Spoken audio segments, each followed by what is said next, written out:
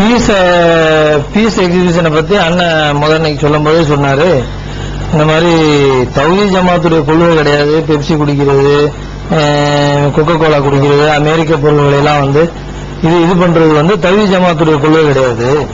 அது தமுமுகவுடைய கொள்கை தான். அமெரிக்க பொருள்களை பகிஷ்கரிக்கிறதுங்கிறது, தவிர்த்துக் கொள்ளுங்கிறது தமுமுகவுடைய கொள்கை. அந்த கொள்கையை நம்ம சொல்லிக்கிட்டு இருக்கும்போது அந்த ஊருக்கு ஒரு முக்கியமான புஷுடைய ஒரு முக்கியமான ஆளு, இந்தியாவுடைய ஒரு முக்கியமான பிரதிநிதி வர்றாரு. வந்தாருண்டா நம்ம எப்படி ஆதரவு கொடுத்து அங்க நம்ம மெம்பர்ஸ் தொண்டர் அணியை அங்க எப்படி வச்சுக்கிட்டு இருக்க முடியும்? நாளைக்கு கேள்வி அவர்களை விட என்னிடம் தான் கேட்கிறாங்க. என்னதான் அவங்க தவறான ஒரு பாயிண்ட் மக்கள் பண்ணும்போது, ஆமா இந்த மாதிரி பெப்சி கூடாதுன்னா ஆகக்கூடாதுன்னா இந்த தூதர் அமெரிக்க தூதர் வந்தோடனே அவங்களுடைய ஆட்கள் அனுப்பிட்டான் அப்படின்னு சொல்லி என்னதானே நாளைக்கு அவங்க கேள்வி கேட்கிறாங்க. ரெண்டாவது தமுமுகவுடைய கொள்கையும் அதுதானே. ஒரு அமெரிக்க தூதரை போய் எப்படி ஒரு தமுமுக தொண்டன் போய் நல்ல வழி எப்படி கூட்டிக்கிட்டு வரவேற்று வைப்பான்? வைக்கிறது ரொம்ப சிரமம் இல்லை. அப்ப அதனாலதான் சரி தமுமுகவுடைய கொள்கையா இருப்பதனாலதான் நான் ஜவஹர்லால் சாப்பிட்டா போனை போட்டு சொன்னேன், இந்த மாதிரி நீங்க எப்படியாவது வாபஸ் வாங்கிருக்கும் போது இதெல்லாம் நீங்க பாத்தீங்களா, அந்த பேப்பர்ல எல்லாம் பாத்தீங்களான்னு கேட்கும்போது அவங்க ஆமாண்ணா பார்த்தேன், என்ன செய்ய வேற நம்ம அனுப்பிட்டோமே வழி இல்லையே அப்படின்னு சொல்லும் போது நான் சொன்னேன், வழி இல்லைன்னு சொல்றதுக்கு ஒண்ணும் கிடையாது, நம்ம முடியும் நம்ம தெளிவா அறிவிச்சிட வேண்டியதான், வாபஸ் வாங்கிட வேண்டியதான். அப்பதான் நம்மளுடைய இயக்கத்தினுடைய பெயர் தமிழ்நாடு முஸ்லிம் முன்னேற்ற கழகத்தினுடைய பெயர் மக்கள் மத்தியில நிற்கும் அப்படின்னு நான் அவர்கிட்ட சொல்லும் போது அவர் இல்ல பாப்போம் அந்த மாதிரி ஒரு சரியான பதில சொல்லாம இது பண்ணதுனால நான் பாக்கருக்கு போன் போட்டு இந்த மாதிரி இருக்குது என்ன செய்ய போறீங்க அப்படின்னு கேட்கும்போது பாக்கரும் ஜவஹர்லாவோட பேசுறாரு. ஜவஹர்லா அப்பவும் ஒரு சரியான பதிலை சொல்லாதனால பாக்கரும் வச்சுட்டு என்னட்ட போன்ல சொல்றாரு, இல்ல என்ன அவர் ஒரு ஒழுங்கான ஒரு கரெக்டான இதை சொல்ல மாட்டேங்கிறாரு, வாபஸ் வாங்குமா வேணாமான்னு சொல்றாரு. அப்ப நான் தான் நினைச்சேன், சரி அவரே திரும்ப திரும்ப போன் போட்டு நம்ம கம்பல் பண்றதை விட இன்னொரு ஆள்கிட்ட சொல்லி இந்த மாதிரி வாபஸ் வாங்க சொல்லுங்க, அப்படி இல்லைன்னா நான் ஏன்னா தமுமுகவுடைய நிலைப்பாடு கரெக்டா இருக்கணும், ஒரு ஆளுக்கு ஒரு ஆள் அட்ஜஸ்ட் பண்ணி போகக்கூடாது, அட்ஜஸ்ட்மெண்ட் வந்துட்டாலே நம்ம பேர் கெட்டு போவோம், அப்படி நீங்க இந்த மாதிரிலாம் அவங்க நினைக்கணுங்கிறதுக்காக நான் தமிழ் அன்சாரிக்கு போன் போட்டு இந்த மாதிரி விஷயம் இது தமுமுகவுடைய கொள்கைக்கு முரணா இருக்குது, நாளைக்கு என்னோட தான் கேள்வி கேட்பான், அதனால நீங்க வாபஸ் வாங்கவில்லை என்றால் நான் பதவியை விட்டு விலகிடுவேன், ஏன்னா என்னால பதில் சொல்லிட்டு இருக்க முடியாது அப்படின்னு சொல்லி நான் தமிழ் அன்சாரிக்கு ஒரு போனை போட்டு சொல்றேன். ஏன்னா நம்ம கொஞ்சம் காட்டமா சொன்னாதான் தலைவர் என்ன சிந்திப்பாருன்னா, சரி அண்ணன் ரொம்ப கோபமா சொல்றாரு, காட்டமா சொல்றாரு, அதனால நம்ம வாபஸ் வாங்கிக்கிறோம் அப்படின்னு அவர் நினைப்பாருங்கிறதுக்காக அதையும் செஞ்சுட்டு நான் என்ன செய்யறேன், அதை செட்டப் பண்ண அந்த பீஸ் வேலைகளை எல்லாத்தையும் பார்க்கக்கூடிய ஒரு எப்படி அப்துல் கயீம் இருந்தாரோ அது மாதிரி ஜிப்ரி என்பவர் இருக்கிறார், ஜிப்ரி காசிம் சொல்லிட்டு பீஸ்ல, அதாவது பீஸ் எக்ஸிபிஷன் நடந்துச்சு, அதுல அதனுடைய இதுல நானே போனை போட்டு அவரு அண்ணனே நானே போனை போட்டு இந்த மாதிரி ஜவஹர்லால் சார் போன் போடுவாங்க, நீங்க ஏதாவது நிறைய கேள்விகள் கேட்டா ஏற்கனவே உங்களுக்கு அனுப்பி வச்சதுனால திரும்ப அவங்க வாபஸ் வாங்குறதுக்கு கொஞ்சம் வெட்கப்படுறாங்க, ஏன்னா கொள்கைன்னு வரும்போது வெட்கப்பட்டு வேலை இல்லை, அதனால கொள்கைக்கு தான் முக்கியத்துவம் கொடுக்கணும், அதனால ஜவஹர்லால் சார் போன் போட்டா நீங்க உடனே சரின்னு சொல்லிருங்க, ஏதோ ஆர்கியூமெண்ட் பண்ணி அவருடைய மனசை உடைச்சிடாதீங்க அப்படின்னு சொல்லி நான் தான் ஏதாவது ஜவஹர்லால் சாஹிபுக்கு ஈஸியா இருக்கட்டுமே, ஏன்னா ரொம்ப வருத்தப்பட்டுற கூடாது, சரி டக்குன்னு ஒத்துக்கிட்டாங்கன்னா சரி ஒத்துக்கிட்டாங்கன்னு முடிஞ்சிடும், இல்ல இல்லன்னு ஏதாவது கேள்விகள் கேட்டு பிரச்சனை ரொம்ப மனசு வருத்தப்படுவாருங்கிறதுக்காக தான் நான் தமிழ் அன்சாரிக்கு போனை போட்டு இப்படின்னு சொல்லிட்டு இவருக்கு போனை போட்டு அந்த இதை நடத்த பீஸ் எக்ஸிபிஷன் நடத்தக்கூடியவருக்கு போனை போட்டு நீங்க ஒத்துக்கிறீங்கன்னு சொல்லி நான் முடிக்கிறேன். அதுக்கு அவரும் சில என்னோட ஆர்கிய என்ன தப்பு இல்லையா அந்த மாதிரிலாம் அவரு நிறைய விஷயங்கள் சொன்னாரு. நான் அவருக்கும் கொள்கை விளக்கம் இல்லைங்க, கொள்கைன்னு வந்துட்டா அதுல முடிவு மாற்றக்கூடாது அப்படின்னு சொல்லி அவருக்கு விளக்கம் சொல்லிட்டு நான் போனை வைக்கிறேன். பிறகு வாபஸ் வாங்கிடுறாங்க. வாபஸ் இது என்னன்னா என்னுடைய மனசு ரொம்ப ஆழமா பதிஞ்சுன்னு ஜவஹர்லால் சாஹிப் அவர் இஷ்டத்துக்கு என்ன பண்றாரு, மிரட்டுறாரு. அப்ப நாங்க சொன்னோம், இதுல என்ன மிரட்டுறதுக்கு என்ன இருக்குது, தௌஹீது ஹலாலானது திங்க சொல்லும், ஹராமானதை திங்க சொல்லாது, ஆனா பெப்சியை குடிக்க கூடாதுன்னு எப்படி தௌஹீதுல சொல்ல முடியும், அது வந்து இஸ்லாமிய சிந்தனைக்கு ஒரு மாற்றமான ஏன்னா ஹலாலான சாமான ஹராம் யாராலும் சொல்லக்கூடாது. அப்ப நம்ம வந்து தாமமுகான இந்த முடிவை எடுத்து சொன்ன மாதிரி அப்ப நீங்க வந்து ஒரு ஆளை ஒரு தூதர் வந்து வரும்போது வரவேற்புங்கிறது ஒரு தவறாக தெரியுது, அவர் சொல்றது சரியாக படுது அப்படின்னு நாங்க சொன்னோம். அதன் பிறகு என்ன பண்ணாரு, அது மட்டும் இல்ல பிற விஷயமும் வந்து என் மனசை தச்சிச்சு. என்ன ஜவஹர்லால் சாப் சொல்லும் போது நீங்க 2 பேரும் கூட சாட்சின்னு எங்க 2 பேரும் தான் சொன்னாப்புல. அப்ப நாங்க வந்து அதுல ஒண்ணு தமுகவுக்கு ஏற்படக்கூடிய இழப்புன்னு ஒண்ணும் தெரியலையேன்னு நான் அந்த பீஸ் ஜவஹர்ல பேசிட்டு இருக்கும்போது சமாதான குழு நான் கேட்கிறேன், இது வந்து ஒரு பெரிய இழப்பா இல்லையா, அதுல எங்களை சாட்சியா வச்சதுனால நான் சொல்றேன், நீங்க எல்லாம் தெளிவா கேட்டுதானே எங்களோட சொன்னீங்கல்ல. சொன்னது மட்டும் இல்லாம தமுகவுடைய போன்ல இன்றைக்கு சுன்னத்துல் ஜமாத்து நோன்பு பிடிக்கிறது, நாளைக்கு அனைத்து தொழில் ஜமாத்துடைய நோன்பு பிடிக்கிறது, நீங்கள் எந்த இதை சேர்ந்தவர்களோ அதுபடி நீங்க நோன்பு பிடித்துக் கொள்ளுங்கள் வரக்கூடிய போனுக்கு நீங்க பதில் சொன்னீங்க. நானும் அப்படித்தானே பதில் சொன்னேன். இதுல வந்து தமுக வந்து எந்த வகையிலுமே வந்து தௌஹீத் ஜமாத்தால முட்டுக்கட்டையாவோ அவங்களை வந்து ஓவர்டேக் பண்ற மாதிரியோ ஒண்ணும் இல்லையே, செய்தியை தெளிவா அறிவிச்சல. அதாவது தமுக வந்து எப்படி போன்ல ஏன்னா நானும் சொன்னேன், எப்படி அந்த போன் எடுத்து தமுகவுக்கு வந்த போன் எடுத்து நான் எப்படி சொன்னேன்டா, அதாவது தௌஹீத் ஜமாத்து வந்து நாளைக்கு நோன்பு பிடிக்குது, இது வந்து சுன்னத்துல் ஜமாத்துக்காரங்க இன்னைக்கு நோன்பு பிடிக்கிறதா அறிவிச்சிருக்காங்க. நீங்க எந்த ஜமாத்தை சேர்ந்தவர்களோ அதை போய் நோன்பு பிடிச்சிக்கிறாங்க. இல்ல எங்களுக்கு விளக்கம் தெரியும் சில பேர் கேட்கும்போது அனைத்து தொழில் ஜமாத்து போன் நம்பரை கொடுத்து அங்க வந்து விளக்கம் கேட்டுக்கிறது. இது தெளிவா நம்ம அறிவிச்சோம் ஜவஹர்லால் சாப். இதுல என்ன குழப்பம் வந்து தமுகவுக்கு எந்த ஒரு குழப்பமும் கிடையாது, தொழில் ஜமாத்து நமக்கு அதுல முட்டுக்கட்டையா இருக்கலையா. இல்ல என்ன வந்து மனசு வந்து ரொம்ப நெருடிச்சு ஒரு விஷயம், அதை நான் இப்ப உங்களுக்கு சொல்றேன். என்ன ஜவஹர்லால் சாப், அதாவது அண்ணன் சொல்றாங்க வந்து என்ன நீங்க பாட்டுல பிற விஷயத்துல வந்து நம்ம இத்தனை வருஷமா 5 வருஷமா வந்து டவுன் காட்சி தானே ஃபாலோ பண்ணிட்டு இருக்கிறோம், இந்த இடம் அப்படி ஃபாலோ பண்ணணும் அப்படிங்கும்போது அண்ணன் சொல்றாரு வந்து ஜாக்குக்கு நான் பதில் சொல்லணுமேன்றாப்ல அண்ணன் அப்படின்றாப்ல. அப்ப கூட நான் நினைச்சேன் ஜாக்குக்கு தான் உண்மையிலேயே வந்து அண்ணன் பதில் சொல்லணும். காரணம் என்னன்னா பிறை சம்பந்தமா வந்து 5 இல்ல 6 தடவை சந்தித்து ஜாக்குக்காரங்களோட தான் அண்ணன் பேசியிருக்காரு. ஏன்னா நம்ம வந்து சுன்னத்துல் ஜமாத்துக்காரங்க நம்ம சொல்றதை ஏற்றுக்கொள்ள போறது இல்ல, ஜாக்குக்காரர்கள் சொல்லுவாங்க நாங்க சவுதி அரேபியா பார்த்து ஃபாலோ பண்றது தப்புண்டாங்க. இன்னைக்கு வந்து காஜிகள் சொல்றதை மட்டும் ஃபாலோ பண்றாங்களே, இது சரியா, இதுல எங்க இருக்கு குர்ஆன் ஹதீஸ் அப்படின்னு சொல்லி கேட்க தானே செய்வாங்க. ஏன்னா அவங்க வந்து ஜாக்கோட தானே வந்து நிறைய இது பண்ணிருக்காங்க, டிபேட் பண்ணிருக்காங்க. கிட்டத்தட்ட பிறை சம்பந்தமா 5-6 அமர்வுகள் ஜாக்கோட தானே உட்கார்ந்து பேசி இருக்கிறாங்க. அந்த ஒரு நினைப்புல ஒரு மனிதன் சொல்றது தானே இது வந்து எங்க தமுகவை தாக்கியது. இது உங்களை வேண்டாம் மனசுக்கு நீங்க வருத்தப்பட்டிருக்கலாம், தனிப்பட்ட மனிதர். தமுகவிற்கு இதுல என்ன ஒண்ணுமே கிடையாது அப்படின்னு நாங்க சொல்லும் போது அதுல அவங்கள்ட்ட வந்து ஒரு சரியான பதில் இல்லை. அது போல என்ன பண்றாங்கன்னா, அதாவது நாங்க வந்து சொல்றோம் ஏங்க என்னமா இருந்தாலும் அவர் தானே உங்களுக்கு வந்து ஒரு 95ல இருந்து இது நீங்க உங்களை தலைவராகவும் பொதுச் செயலாளராகவும் இன்னும் அவர் தானே முதல் வந்து மக்களிடத்துல அறிமுகமே படுத்துறாரு. ஏன்னா மக்களுக்கு வந்து அவர் தானே மக்களுடைய இதா இருக்காரு. அதனால என்ன தப்பு இருக்குது, அவர் ஒரு கமாண்டிங் பவர்ல இருந்து உங்களை சொல்லக்கூடியதுல ஏதாவது தவறான ஒரு மாற்றம் எதுவும் ஏற்பட்டிருக்குதா, இல்லையா, ஒன்னும் ஏற்படலையே அப்படின்னு சொல்லி ஒண்ணுமே நடக்கலையே. நீங்க ஏன் அவர் சொல்றது வந்து தவறு இல்லையே, ஒரு கமாண்டிங் பவர் இருக்கிறது ஒரு வகையில நல்லது தானே. நீங்க அவர் ஏதாவது தவறா சொல்லி மார்க்கத்துக்கோ குர்ஆனுக்கோ ஹதீஸுக்கோ மாற்றமா சொல்லி இருந்தாரு, நீங்க ஏதாவது ஒண்ணு சொல்லுவீங்கன்னு பார்த்தா நீங்க இந்த பீஸ்ல நடந்துச்சுங்கிறிய, இந்த பெரிய விஷயங்கிறிய, மேலப்பாளையத்துல போய் என்னமோ அந்த சின்ன அதாவது சொல்றிய, இதெல்லாம் உங்களை பாதிக்கக்கூடிய அளவுக்கு நீங்க ஒரு மாநில தலைவர் இவ்வளவு பெரிய கட்டுக்கோப்பான இயக்கத்தில் உள்ளவங்களுக்கு இது ஒரு பாதிப்பா எங்களுக்கு தெரியலையே. ஏதாவது குர்ஆன் ஹதீஸுக்கு மாற்றமா நடந்தாரா, இல்ல தவறான சிந்தனை ஏதாவது சொன்னாரா? இல்ல எங்களை வந்து 9 வருஷமா டார்ச்சர் பண்ணிட்டு இருக்காரு, என்னால தாங்கவே முடியல. எப்படா இவர் போவாருன்னு நான் நினைச்சுக்கிட்டு இருந்தேன், நல்லதா போச்சு இப்படியே சொன்னாங்க. அப்ப நான் சொன்னேன் என்னங்க அவர் வளர்த்த ஒரு ஆளு, அவரை நீங்க நல்லதா போச்சுங்கிறீல.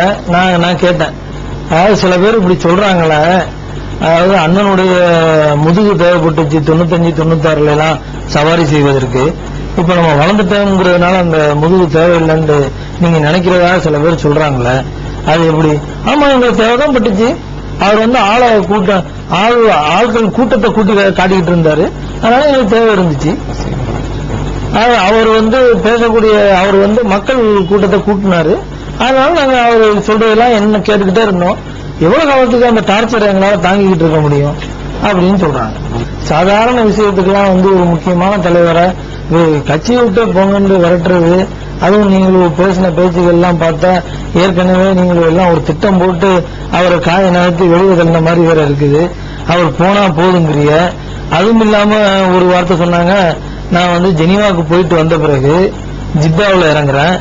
ஜித்தாவில் வந்து 2 பேரு பிஜே பிடித்தவர்கள் தான், பிஜே அபிமானிகள். அவங்க வந்து என்கிட்ட சொல்றாங்க, நீங்க கண்டிப்பா பிஜே அண்ணனை திருத்தணும், கண்டிப்பா ரொம்ப ஒரு தரமா இது இல்லாம போயிட்டு இருக்காரு, அவரை நீங்க திருத்துங்க அப்படின்னு என்கிட்ட வந்து சொல்றாங்க. அதன் பிறகுதான் நான் பிஜேயை கிரிட்டிசைஸ் பார்வையோடு பார்த்தேன் அப்படின்னு சொல்றாரு. அப்ப நான் வந்து என் மனசுக்குள்ள நினைக்கிறேன், யாரா இருந்தாலும் ஒருவரை தவறாக பார்க்க நினைக்கும் போது தவறாக செய்வாரு. காமாலை கண்களுக்கு பார்ப்பதெல்லாம் மஞ்சள் இருக்குது. அப்ப எல்லாரும் மஞ்சளா தான் தெரியும். ஒரு ஆள் 2 பேர் சொல்றான், நீ 9 வருஷம் அவரோட ஒன்னா இருக்கிறீங்க, 9 வருஷம் 10 வருஷம் ஒன்னா இருக்கிறீங்க, நல்லது கெட்டது எல்லாவற்றிலும் அவரோட ஒன்னா இருக்கிறீங்க. அப்ப இந்த 9 வருஷமா அவர் செய்யாத தப்பையா இப்ப 6 மாசத்துல செஞ்சுட்டாரு. நீங்க ஜெனீவாவுக்கு போயிட்டு வந்த பிறகு செஞ்சுட்டாரு. அப்ப நீங்க 9 மாசத்துக்கு முன்னாடியே ஏன் அவருடைய தப்பை சுட்டி காட்டல? அப்ப ஒரு ஆளை வந்து தவறா பார்க்க ஆரம்பிச்சதே முதல் தப்பு. 6 மாசத்துக்கு 8 மாசத்துக்கு முன்னாடி நான் தவறாவே பார்க்க ஆரம்பித்தேன்னா எல்லாமே தப்பா தான் தெரியும். இதெல்லாம் நாங்க யோசிச்சோம். அப்ப இது எங்கேயோ ஒரு பிரச்சனை வந்து ஆரம்பிச்சிருக்குது. இவங்களுக்கு ஏதோ ஒரு திட்டம் வந்து ஆரம்பிக்கப்பட்டு அவரை வந்து ஒரு டைட் கார்னர் பண்ணி அவரை எப்படியாவது வெளியே போச்சலாம்ன்ற மாதிரி ஒரு முடிவோடு நீங்க செயல்பட்டு இருக்காங்க அப்படிங்கிறது நமக்கு தெரியுது. இதுக்கு மேல முபாரக் பேசுவோம். விளக்கங்கள் கொடுத்துட்டு போகும்போது நம்ம சகோதரர் ஜவஹர்லால் அவர்கள் பேசுவது வந்து முன்னுக்கு பின் முரணாவே இருந்தது. எப்படி இருந்ததுன்னா, முதல்ல வந்து சொன்னாங்க இது மாதிரி தண்ணீர விளக்கம் கொடுத்துட்டு சகோதரர் பிஜே வந்து அமைப்பாளர் போஸ்ட்ல இருந்து ரிசைன் பண்ணும்போது அவர் வந்து எப்படி நினைச்சாரு அப்படின்னு சொல்லி ஜவஹர்லால் சார் சொன்னாங்க. அவர் பதவியிலிருந்து இறங்குற மாதிரி இறங்கணும், ஆனா பவர் எல்லாம் அவர்கிட்ட இருக்கணும்னு நினைச்சாரு அப்படின்னு சொன்னாங்க. அப்புறம் பேசும்போது அவர் வந்து 9 வருஷம் எங்களுக்கு வந்து ஒரே மிரட்டல், த்ரிட்டனிங், இந்த வார்த்தை இங்கிலீஷ்ல யூஸ் பண்ணாரு, த்ரிட்டனிங் மீ, டார்ச்சர் கொடுத்தாரு அப்படிங்கிற மாதிரி வார்த்தைகளை யூஸ் பண்ணாரு. அப்ப நான் கேட்டேன் இது மாதிரி, அப்ப நீங்க வந்து அவர் டார்ச்சர் கொடுத்துட்டு இருக்காரு, டார்ச்சர் கொடுத்துருந்தா அவர் தான் பதவியில இருந்து இறங்கி நானும் போறேன், நீங்க கவனிச்சுக்கிறத போனாரு, அவரை கூட்டிட்டு வந்து திரும்ப வந்து நீங்க தான் புதுசா சட்டங்கள் எல்லாம் கொண்டு வந்து அதுக்கு அவருக்காக கொண்டு வந்து நீங்க எல்லாரும் சேர்ந்து தானே அவர் வந்து மூத்த தலைவர், நீங்க தான் செயற்குழு நடத்தணும், நீங்க தான் பொதுக்குழு நடத்தணும், நீங்க நிர்வாக குழுல வந்து எல்லாம் வகுத்து தரணும்னு சொல்லியா நீங்க கொண்டு வச்சிய அப்படின்னு கேட்டதுக்கு அவங்களுக்கு தெளிவான பதில் எதுவுமே சொல்லல. அதை பத்தி ஒரு மனிதன் வந்து அதாவது அதுக்கு பதில் சொன்னாங்க. அதாவது நீங்க ஏன் அவர் பிடிச்சி மறுபடியும் அவர் தான் உங்களை மிரட்டிட்டு இருக்காரு, மறுபடியும் கொண்டு வந்து அவரை அந்த மூத்த தலைவர் போஸ்ட்ல நீங்க வச்சிய அப்படின்னு கேட்டதுக்கு இதே வார்த்தையை சொன்னாரு, கூட்டம் சேருதுல அதனால வச்சிருந்தோம் அப்படின்னு இதே வார்த்தை ஓப்பனா சொன்னாரு. மொழி முறையெல்லாம் எதுவுமே சொல்லல. அப்ப அதே மாதிரி சொல்லிட்டு இருக்கும்போது அந்த இதுல வந்து திரும்ப மறுபடியும் ஒவ்வொரு விஷயங்களையும் சொல்லும் போது இதே மாதிரி சொல்லிட்டு இருந்தாங்க. அவர் திரும்ப மாறிட்டு நாங்க கேட்கிறோம், நீங்க அவர் வந்து கைப்பற்றன்னு நினைச்சிருந்தால் நீங்க அப்ப இறங்கி போகும்போது அவர் வந்து நீங்க கண்டு காணாம இருந்திருக்கலாமே அப்படின்னு திரும்ப நாங்க கேட்கிறோம். திரும்பவும் அதே அதுக்கு ஒழுங்கான சரியான பதில் எதுவுமே நம்ம சொல்லல. பேசிக்கிட்டு இருக்கும்போது லெபத்தம்பி கேக்குறாங்க, இந்த மாதிரி தௌஹீது ஏதாவது ஒரு பேக்ரவுண்டா இருந்தோ ஏதாவது உங்களுடைய பைலாவில் வந்து தௌஹீது பேஸ் பண்ணி தான் அந்த தமுக நடக்கணும்னு இருக்குதா அப்படின்னு சொல்லி தலைவர்கிட்ட கேட்கிறாங்க. அப்ப தலைவர் வந்து இல்ல அப்படிலாம் பைலாவில் ஒண்ணுமே கிடையாது. சரி, பைலாவில் இல்ல அந்தரங்கமா உங்களுக்குள்ள ஏதாவது ஒரு முடிவுகள் இருக்கு அந்த மாதிரி தௌஹீதை பேஸ் பண்ணி தான் நடக்கணும் அப்படின்னு சொல்லிட்டு, இல்லையா அப்படின்னு தான் நாங்க வந்து ஒரு மாவட்ட தலைவர் வந்து ஒரு தரிக்காவாதியை வந்து நாங்க மாவட்ட தலைவர் ஆக்கி வச்சிருக்கோம். அவர் வந்து பக்கா தரிக்காவாதி அப்ப அவரை வந்து நாங்க தௌஹீத் தான் பேசினா நாங்க எப்படி அவரை வந்து தலைவராக்குவோம்? அதனால அந்த மாதிரி ஒரு இதுவும் எங்களிடம் கிடையாது அப்படின்னு சொல்லி அவங்க பேசிடுறாங்க. அப்ப பேசும்போது சரி, அப்ப நாங்க இது வந்து இப்படி ஒரு 3, 4, 5 மணி நேரம் ஓடுது. அப்ப என்ன சொல்றாங்க, சரி விடுங்க. இப்ப ஒரு கன்க்ளூஷன் வந்து என்னன்னா, அவரு பிஜே என்ன சொல்லிடுறாருண்டா, இந்த மாதிரி கைப்பற்ற நினைத்தங்கிறது நாங்க சொன்னது தவறு, அதனால நாங்க இன்னும் அந்த மாதிரி கருதவில்லை அப்படின்னு நீங்க ஒத்துக்கிறீங்களா அப்படின்னு நாங்க கேட்கிறோம். கேட்கும்போது ஜவாஹர்லால் சொல்றாரு, ஆமா அது வேண்டாம், நான் ஒத்துக்கிறேன் அப்படிங்கும்போது ஐதர் சார் சொல்றாங்க, இல்ல அவர் கைப்பற்ற நினைச்சது என்னமோ எனக்கு தெரியும், அதை நான் இது பண்ண மாட்டேன். ஆனா என்னை அவர் மாற்ற வேண்டும், என்ன தூக்கி போடணுங்கிறதுல வந்து கண்டிப்பா அதுக்கு உண்டான வேலை செஞ்சாங்க, என்னை மாத்துறதுக்கு ட்ரை பண்ணாங்க. அப்ப நான் கூட அந்த இடையில இப்ப நான் சொல்ல வேண்டிக்கிறேன், இடையில பேசணும்னாலும் சொல்றேன், அங்கேயே மறுத்து பேசினேன். இடையில என்ன நான் மறுத்து பேசினேன்டா, இல்ல உங்களை போனதுல கூட அவர் தானே என்ன நீங்க வணிகரணி துணை செயலாளர் என்ன கூட நீங்க 6 செயலாளர்ல ஒரு செயலாளர் போடும் இருந்திய, அது கூட பிஜே தான் வந்து ஏதோ மாற்றுக்கிறது சொல்லி என்ன இல்லாம அந்த டைம்ல நீங்க கூட விலக போற டைம்ல உங்களை அவர் தானே கண்டிப்பா இருக்கணும் அப்படின்ற மாதிரிலாம் சொல்லிட்டு வந்தாரு. அப்படி உங்களுக்கு என்ன காரணம்? உங்கள் மீது அவர் வந்து உங்களை விளக்குவதற்கு அவருக்கு உங்கள் மீது ஏற்பட்ட கோபம் என்ன, காரணம் என்ன? ஏன் நான் கேட்டேன். அப்ப கேட்கும்போது அவங்க என்ன சொல்றாங்கன்னா, அதாவது தொண்டில வந்து ஆம்புலன்ஸ் கொடுக்குறோம். அப்ப வந்து சாதிக்கு வந்து நல்ல பணியாற்றக்கூடியவர், உங்களுக்கு எல்லாருக்கும் தெரியும், யார் ஹைதர் அலி சொல்றாரு, நல்ல பணியாற்றக்கூடியவர் சாதிக்கு தொண்டில இருக்காரு. ராமநாதபுரம் மாவட்ட செயலாளரா பொருளாளரோ மாவட்ட செயலாளர், ராமநாதபுரம் மாவட்ட செயலாளரா இப்போதைக்கு இருக்காரு. அவர் நல்ல பணியாற்றக்கூடியவர், உங்களுக்கு நல்லா தெரியும் அப்படின்னு சொல்லிட்டு, அப்ப நான் அண்ணன்ட்ட வந்து டேட் கேட்கிறேன். இந்த மாதிரி அதாவது ஹைதர் அலி வந்து பிஜேபியிடம் டேட் கேட்கிறாங்க. இந்த மாதிரி இது ஆம்புலன்ஸ் வந்து நம்ம தமுக சார்பில் விட போறோம், அதுக்கு வந்து நீங்க வந்து பேசணும், ஒரு டேட்டு கொடுங்க அப்படின்னு சொல்லி கேட்கும்போது ஃபர்ஸ்ட் அண்ணன் மறுத்துடுறாரு. பிறகு நான் அவரை கம்பல் பண்ணி கூப்பிடும்போது சரின்னு சொல்லி வர்றாரு. வர்ற இடத்துல வந்து அங்க வந்து டாக்டர்ஸ், வக்கீல்ஸ் வக்கீல்கள் எல்லாரையும் கூப்பிட்டு, ஆனா அண்ணன் சொல்றாரு இஸ்லாம் ஒரு இனியமாக்கமா நடத்திடுவோமாமா அப்படின்னு சொல்லி கேட்கிறாரு. அப்ப நான் சாதிக்கிட்ட கேட்கும்போது, இல்லைன்னா வேற மாதிரி நாங்க ப்ரோக்ராம் செட் பண்ணிட்டோம், அதனால இஸ்லாம் ஒரு இனியமாக்க வேணான்னு சாதிக்கு சொன்னாரு. அதனால நான் அண்ணன் சொல்லி, இல்லைன்னா அங்க வேற ஏதோ ப்ரோக்ராம் செட் பண்ணிட்டாங்களா, அதனால இஸ்லாம் ஒரு இனியமார்க்கம் வேணாம் அப்படின்னு சொல்லி நான் வந்து சொல்லி அவரை சமாளித்து கூட்டு போறேன். கூட்டிட்டு போனா அங்க வந்து என்னண்டா, நிறைய டாக்டர் வந்திருந்தாங்க, வக்கீல்கள் வந்திருந்தாங்க, முக்கியஸ்தர்கள் வந்திருந்தாங்க. எல்லாரும் எப்படி பேசினாங்கண்டா, சாதிக்கு வந்து நல்ல வேலை செஞ்சிருக்காரு, எல்லாம் பண்ணிருக்காரு, நல்ல ரொம்ப அவருடைய உழைப்பு பாராட்டத்தக்கது அப்படிலாம் எல்லாரும் பேசினாங்க. அப்போ ஒரு டாக்டரை நம்ம யாரோ ஒரு ஆள் வந்து பேசும்போது என்ன சொல்லியிருக்காரு, இந்த மாதிரி சாதிக்கு என்னுடைய வீட்டு நம்பர் கூட எனக்கு தெரியாது, ஆனா சாதிக்குடைய வீட்டு நம்பர் எனக்கு தெரியும், அந்த அளவுக்கு சாதிக்கு வேலை செஞ்சிருக்காரு, அப்படி தூக்கத்தில் எந்திரிச்சு என்ன கேட்டா கூட நான் சாதிக்கு வீட்டு நம்பரை சொல்லுவேன், அந்த அளவுக்கு பொதுப்பணி செய்யறாரு அப்படின்னு சொல்லிட்டு தமிழ்நாடு முஸ்லிம் முன்னேற்ற கழகம் பேர் சொல்ல தெரியாம என்னமோ தமிழ் மாநில ஏதோ ஒரு பேரை சொல்லிடுறாரு. அவர் முஸ்லிம் முன்னேற்ற கழகம்ங்கிற பேர் அவருக்கு தெரியல. அப்ப விட்டுறாரு. அப்ப இதை வந்து அந்த கூட்டங்கள் முடிஞ்சிருது. எல்லாம் முடிஞ்சதுக்கு அப்புறம் ஈவினிங் வந்து ஊழியர் கூட்டம்னு ஒண்ணு வச்சிருக்காங்க. அதுல கீழே ஜமீல் முகமது அப்ப துபாயில இருந்து ஊருக்கு வந்திருக்காரு, அவரும் கலந்துருக்காரு, கீழக்கரை பிள்ளைங்களும் கலந்துருக்காங்க. அப்ப வந்து அந்த கூட்டத்துல வந்து பிஜே என்ன பேசுகிறாருன்னா, இந்த மாதிரி நான் பகல்ல கூட்டத்துக்கு போனேன், அங்க வந்து தனி மனிதனை பத்தியே தான் சாதிக்கு அப்படி செஞ்சாரு, சாதிக்கு இப்படி செஞ்சாருன்னு வருது. ஆனா அதே ஆளுக்கு வந்து தமிழ்நாடு முஸ்லிம் முன்னேற்ற கழகம்னு சொல்ல தெரியல. அதாவது நம்ம இயக்கத்தை வளர்க்க நம்மளுடைய பாடுபடணுமே தவிர அவருக்கு பேரை கூட தெரியாத அளவுக்கு நம்ம வச்சிருக்கிறோம். இனிமேல் நீங்கள் வந்து பேரை ஒழுங்கா உச்சரிக்கிற அளவுக்கு உங்களுடைய செயல்பாடுகளை அமைச்சுக்கிறங்க அப்படின்னு சொல்லி ஊழியர், அதாவது தமுக ஊழியர் கூட்டத்தில் பேசியிருக்காரு. வந்து அப்ப இந்த இடத்துல நான் என்ன சொல்றேன்டா, ஊழியர்களுக்கு இது ஒரு முக்கியமான இது. ஏன்னா தமிழ்நாடு முஸ்லிம் முன்னேற்ற கழகம்ங்கிறது மக்கள் மத்தியில் பரவணும். தனிப்பட்ட மனிதனுடைய பேரு ஒவ்வொரு ஏரியாலையும் ஒவ்வொரு மனிதனுடைய பேர் பரவச்சுன்னா ஒரு கட்சியுடைய பேரு சரியா தெரியாம போயிடும், அது நல்லது இல்லை. அதனால ஊழியர்கள் வந்து நல்லா ஒழுங்கா வேலை செய்யணும் அப்படின்னு சொல்லி ஒரு அறிவுரையை சொல்லியிருக்காரு. அப்ப நான் இதுதான் என்னை மாற்றுவதற்கு உள்ள பாயிண்ட், என்னை மாற்றுறதுக்கு அண்ணன் ட்ரை பண்றதுன்னு சொல்றாரு.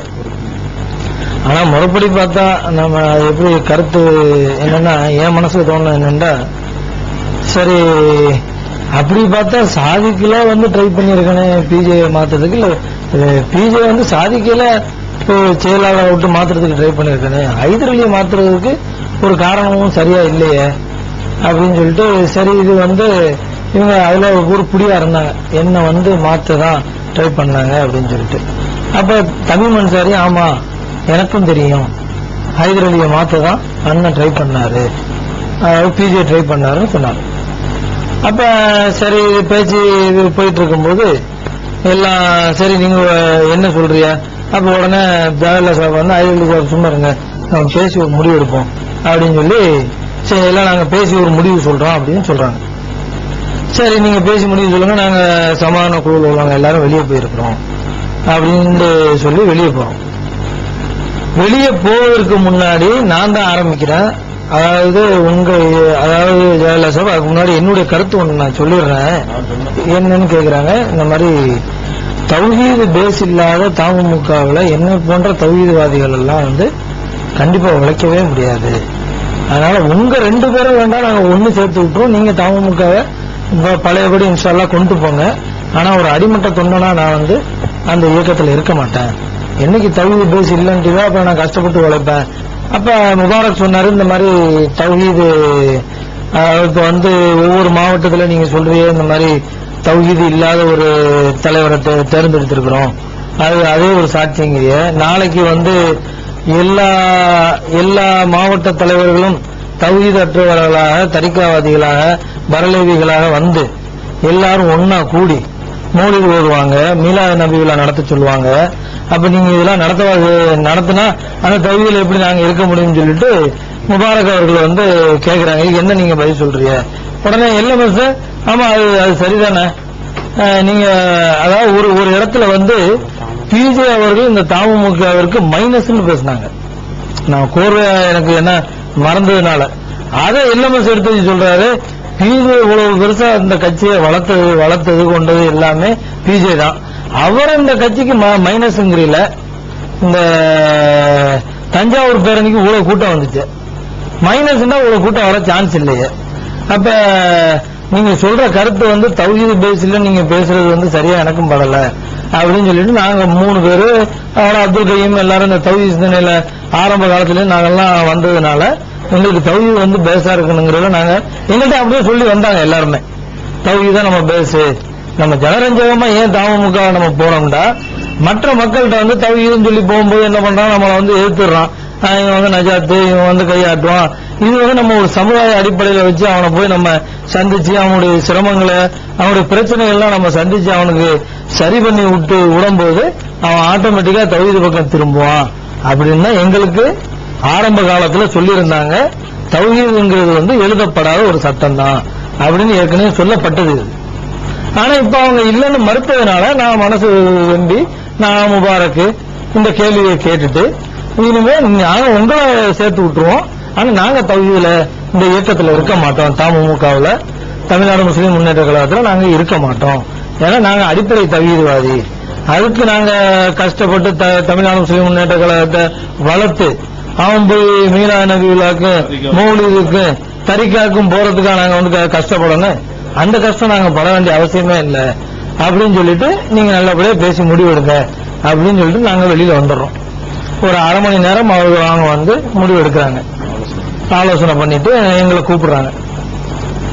கூப்பிட்ட பிறகு அவர்களுக்கு என்ன சொல்றாங்கன்னா, சரி அண்ணன் கைப்பற்றவில்லைங்கிறத நாங்க ஒத்துக்கிறோம் அப்படிங்கிறாங்க, ஏகமாக ஒத்துக்கிறாங்க. அப்ப எனக்கு அதே மாதிரிதான் தௌஹீது சிந்தனை உள்ள அவ்வளவு பேருக்கும் தோன்று இருக்குது. எப்படி தோன்று இருக்குதுன்னா, அப்புறம் முன்னாடி வரைக்கும் ஹைதர் அலி சாஹிப் என்ன சொன்னாங்க, என்னை மாற்றுவதற்கு தான் முயற்சி செஞ்சார், அதுல எந்த சந்தேகமும் இல்லைன்னு சொன்னவோ, ஒரு மசூரா கூடுனதோட இல்ல நான் ஒத்துக்கிறேன்டா, அது என்ன மசூராக கட்டுப்படணும், எது உண்மையோ அதைத்தானே சொல்லணும். மாத்த நினைச்சார், ஆனா நான் மசூராவுக்கு கட்டுப்பட்டு பரவாயில்லை என்கிறேன்னா அது வேற விஷயம். இல்ல கருதவே இல்லை அப்படின்னு என்ன அர்த்தம்? அப்ப அவங்க பேசி பேசி எல்லாம் முடிவெடுத்து பேசினா அது சரியா வருமா? அப்ப அவரே வந்து முன்னாடி தன்னுடைய இதை ஒத்துக்கிறாரு. அதாவது பிஜே வந்து என்ன மாற்றத்தான் நினைச்சான்னு ஒத்துக்கிறாரு. பிறகு மசூராக்கு பிறகு இல்ல மாத்த நினைக்கலான்னு ஒத்துக்கிறாரு. அப்ப இன்னொரு 10 வருஷம் கழிச்சு என்ன சொல்லுவார்? வேற ஏதாவது ஒண்ணு சொல்லுவார். அப்ப இப்படி ஒரு அரை மணி நேரத்திலே மாறிடுறாங்க. அதற்கு பிறகு என்ன சொல்றாங்க? தௌஹீது தான் பேசு. 6 மணி நேரம் பிறகு அந்த இதுல அவங்க சொல்றாங்க தௌஹீது தான் பேசு. ஆனா தௌஹீதுன்னா நீங்க இப்ப நான் கூட தௌஹீத்வாதி தானே? நான் தௌஹீத்வாதி இல்லையா? ஹைவலி தௌஹீத்வாதி இல்லையா? ஜலீல் சாப் தௌஹீத்வாதி இல்லையா? அந்த எல்லாரும் இருக்கிறவங்க தௌஹீத் தானே. இப்ப தௌஹீத் பேஸ் தானே இருக்குது. நீங்க அப்படி நினைக்காதீங்க. ஆனா நீங்க நினைக்கிற தௌஹீது இல்ல. அதாவது நம்ம வெளிநாட்டிலிருந்து ஸ்காலர்ஸ் எல்லாம் எடுத்து கூட்டு வந்து நம்ம பேச வைப்போம். தௌஹீதுன்னா அது மாதிரி தான் நம்ம கொண்டு போகணும். இந்த மாதிரி தௌஹீதுகள் இல்ல அப்படின்ற மாதிரி சொல்றாரு. அப்ப எனக்கு மனசுல என்ன வந்துச்சுன்னா, இப்ப இவர் வந்து இப்ப இப்படி சொல்றாரு. அதாவது முன்னாடி சொன்னாங்க தௌஹீது கிடையாது, பேஸ் இல்ல. தௌஹீது பேஸ் இருந்தா நாங்க எப்படி ஒரு மாவட்ட தலைவரை வந்து தௌஹீது இல்லாத ஒரு தரிகாவாதியை போடுவோம் அப்படின்னு ஒரு கேள்வியே கேட்டாங்க. ஆனா அரை மணி நேரம் கழிச்சு சொல்றாங்க நாங்க தௌஹீது பேசுதாங்கிறாங்க. அப்ப இப்படி இது வந்து ஒரு சின்ன முரண்பாடு தான். இருந்த 6 மணி நேரத்துல கிட்டத்தட்ட ஒரு 6-7 முரண்பாடுகளை சகோதரர் முபாரக் வந்து இதுக்கு இது முரண்பாடா இருக்கு, இதுக்கு இது முரண்பாடா இருக்குன்னு எடுத்துக்காட்டினார். அப்ப இந்த மாதிரி இப்பவே ஒரு அரை மணி நேரத்திலே தௌஹீது தான், தௌஹீது இல்ல, தௌஹீது தான், தௌஹீது இல்லைன்னு சொன்னாங்கன்னா இதுக்கு வந்து நம்ம எப்படி நம்ம வந்து நாளைக்கு அவர்களை நம்பி சரி தௌஹீது பேச நான் இன்னைக்கு நம்பிட்டு போயிடுவேன். நாளைக்கு ஒரு பிரச்சனை வந்துச்சு தௌஹீது பேச நான் சொல்லவே இல்லைன்னு சொல்லிட்டாங்கன்னா அரை மணி நேரத்துல மாறினவங்க 6 நாள்ல மாறக்கூடாது, 6 வருஷத்துல மாறக்கூடாதுன்னு இருக்குதா? அப்ப எங்களுக்குள்ள ஒரு சிந்தனை வந்துச்சு. இவர்கள் வந்து திட்டமே போட்டு அண்ணனை பிஜே அவர்களை வெளியேற்றணுங்கிறது திட்டம். அதாவது ஒரு மனஸ்தாபத்துல வந்தா ஒட்டிடலாம். திட்டம் போட்டு ஒரு ஆளை வெளியே தள்ளியே ஆகணும். அவர் இருந்தால் எல்லாத்துக்கும். அது மட்டும் இல்லாம இன்னொன்னு சகோதரர் முபாரக் வந்து ஒரு விஷயத்த கேட்டாரு. என்னன்னா வந்து இதெல்லாம் வந்து முன்னாடி உள்ளது. அந்த அரை மணி நேரம் சூறா பண்ணாங்களா அதுக்கு முன்னாடி உள்ள. ஏன்னா கோர்வை வராதனால சொல்றேன். அதற்கு முன்னாடி சகோதரர் முபாரக் அந்த சூறாக்கு பிறகு இடையில கேட்கிறாரு, நீங்க இந்த மாதிரி தேர்தலில் நிக்கிற மாதிரி ஒரு முடிவு சொன்னீங்க குமுதம் ரிப்போர்ட்ல அது இருந்துச்சு, அது வந்து எப்படி இதானால உடனே தலைவர் சொல்றாங்க, ஆமா நாங்க நிக்கதான் போறோம், ஆனா முஸ்லீம் லீக்கை போல நாங்க மாற மாட்டோம் அப்படின்னு சொன்னாங்க. அதாவது தேர்தலில் கண்டிப்பா நிப்போம், ஆனா முஸ்லீம் லீக்கை போல நாங்க மாற மாட்டோம், ஆகிவிட மாட்டோம். அப்ப வந்து நான் கேட்டேன், பைலா படி வந்து எலெக்ஷன் நிக்க கூடாதுன்னு இருக்குது, நீங்க எப்படி முன்னாடி எலெக்ஷன் நிக்கிறது சொல்லலாம்? அப்ப நீங்க பொதுக்குழு, நான் பொதுக்குழுல வந்து பைலாவை மாத்திக்கிறோம், 3 முறைக்கு மேல தலைவரை தேர்ந்தெடுக்க முடியாது. அப்ப விஞ்ஞானி ஜலீல் சொன்னாங்க, நாங்க தான் பைலா மாத்திருவோம், பொதுக்குழுல எல்லாத்தையும் மாத்திருவோம் அப்படின்னு சொன்னாங்க. அது அந்த மாதிரி இந்த இதுகள்ல வந்து முக்கியமா ஒரு விஷயம் சொல்றாங்க, ஜமீல் முகமதை பத்தி சொல்லணும். ஏன்னா ஜமீல் முகமது வந்து என்ன செய்யறாரு, இந்த விஷயங்கள் எல்லாம் கேட்டு வரும்போது அவருக்கு உண்மையிலேயே ரொம்ப மனசு, எங்களெல்லாம் விட மிகவும் மனசு வருத்தப்பட்டு அழுவுனார். துபாயில இருந்து வந்தாரு ஜமீல் முகமது. அது வந்து அவரு இப்ப துபாயுடைய முஸ்லிம் முன்னேற்ற கழகத்துடைய மண்டல தலைவராக இருக்கிறாரு. இது அவர் வந்து என்னன்னா ரொம்ப மனசு வருத்தப்பட்டு, நான் ஒவ்வொரு கேம்பா ஒவ்வொரு இடமா போய் தமுமுகவுடைய பணிகளையும் எல்லாத்தையும் சொல்லி சொல்லி சொல்லி இருக்கக்கூடிய எத்தனையோ பேருடைய, அதாவது சொல்றதா இருந்தா ஃபலுல்லாஹி சகோதரர் ஃபலுல்லாஹி வந்து ஏதோ முரண்பட்ட கருத்துக்களை சொல்றது, நான் அதுக்கு இது பண்ணி இல்ல இஸ்லாம் இப்படித்தான், தமுமுகவுடைய செயல்பாடு இப்படித்தான், தமுமுகங்கிறது வந்து தூய்மையான இஹ்லாஸான தௌஹீத் சிந்தனை பேஸ்ல உள்ள ஒரு அமைப்புன்னு நான் சொல்லி ஒவ்வொரு இடத்துலையும் ஒவ்வொரு நாளும் ஒவ்வொரு வாரம் கூட என் பொண்டாட்டி பிள்ளைகளோட இருக்காம பிரச்சாரத்துக்குண்டே என்னுடைய வாழ்க்கையை ஃபுல்லா இந்த தமுக நான் செலவழிச்சிருக்கிறேன். நீங்க என்னடா சாதாரணமா என்னமோ ஒரு அடிப்படையே இல்லாத ஒரு விஷயம், பீஸ் விஷயம், அடிப்படையே இல்லாத ஒரு பிறை விஷயம், இதற்காக நாங்க பிரிச்சுக்கிட்டோம்னு சொல்றது வந்து எந்த வகையில உங்களுக்கு வந்து ஒரு இஹ்லாஸ் இருக்குன்னு எனக்கு தெரியல. நீங்க ரொம்ப சாதாரண இதா இருக்கிறீங்க. 9 வருஷமாக தலையாட்டுன நீங்க சொல்றீங்க.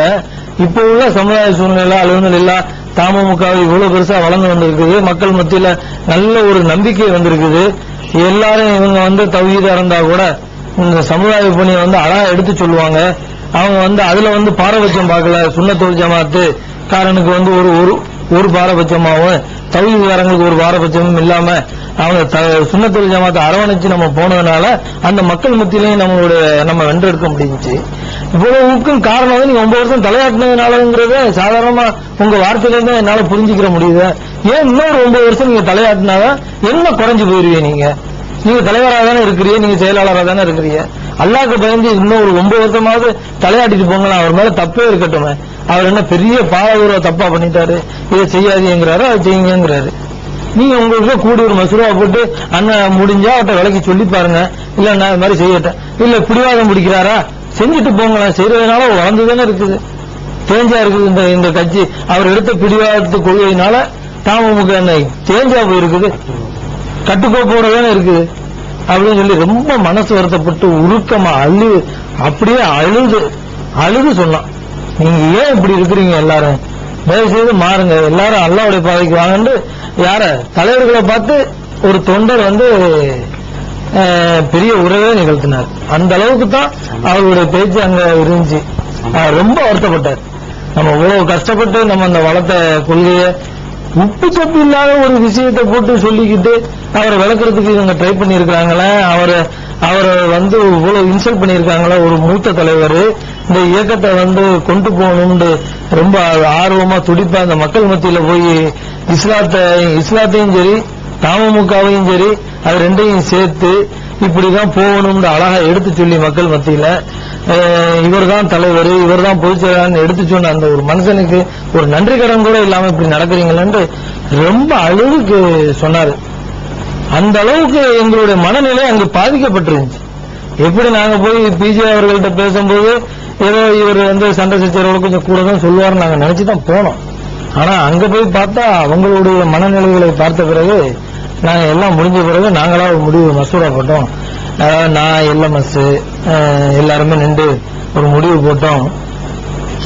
நாங்க சமாதான குழுக்களாக கூடி முடிவு எடுத்தோம். என்னண்டா, ஏன்னா சமாதான குழுக்கு எது ஒண்ணு நாங்க இது பண்ண போனாலும் சமாதான குழு கூடி தானே நாங்க ஒவ்வொன்னா செஞ்சோம். ஏன்னா ஃபர்ஸ்ட் பிஜிஐ கூப்பிடும் போது சமாதான குழு கூடிக்கிட்டோம், அப்புறம் இவங்களை கூட்டுறதுக்கு முன்னாடி கூடிக்கிட்டோம், சேர்த்து இது பண்ணோம். அதுக்கப்புறம் அதாவது கூட்டிட்டோம்னா போன்லயும் பேசிக்கிறது கூடுறதுதான். நாங்க போன்ல பேசி என்ன இப்படி செஞ்சுக்கிறோம் அப்படின்னு சொல்லி கூடணும். அப்ப கடைசி 2 பேரோட விஷயங்களை கேட்ட பிறகு நாங்க ஒரு முடிவு எடுப்போம் அப்படின்னு சொல்லிட்டு நாங்க சமாதான குழு கூடி அப்ப சிராஜ், அப்துல் ரஹீம், இவர் அப்துல் கையும், எல்எம்எஸ் எல்லாம் நாங்க எல்லாரும் என்ன முடிவு எடுக்கிறோம்னா, நாங்க எல்லாரும் சேர்ந்து அதாவது சிராஜ் அப்துல் ரஹீம் இன்னொரு ஆளு அவங்க இந்த ஜவஹர்லால் சாஹிப் நாங்க 2வது நாள் பேசிட்டு இருக்கிறோம்ல, அப்ப இடையில இடையில சேர்ந்துக்கிட்டாங்க. அவங்களும் ஒரு நல்ல நினைப்புலதான் அவங்களும் அதுல சேர்ந்துக்கிட்டாங்க.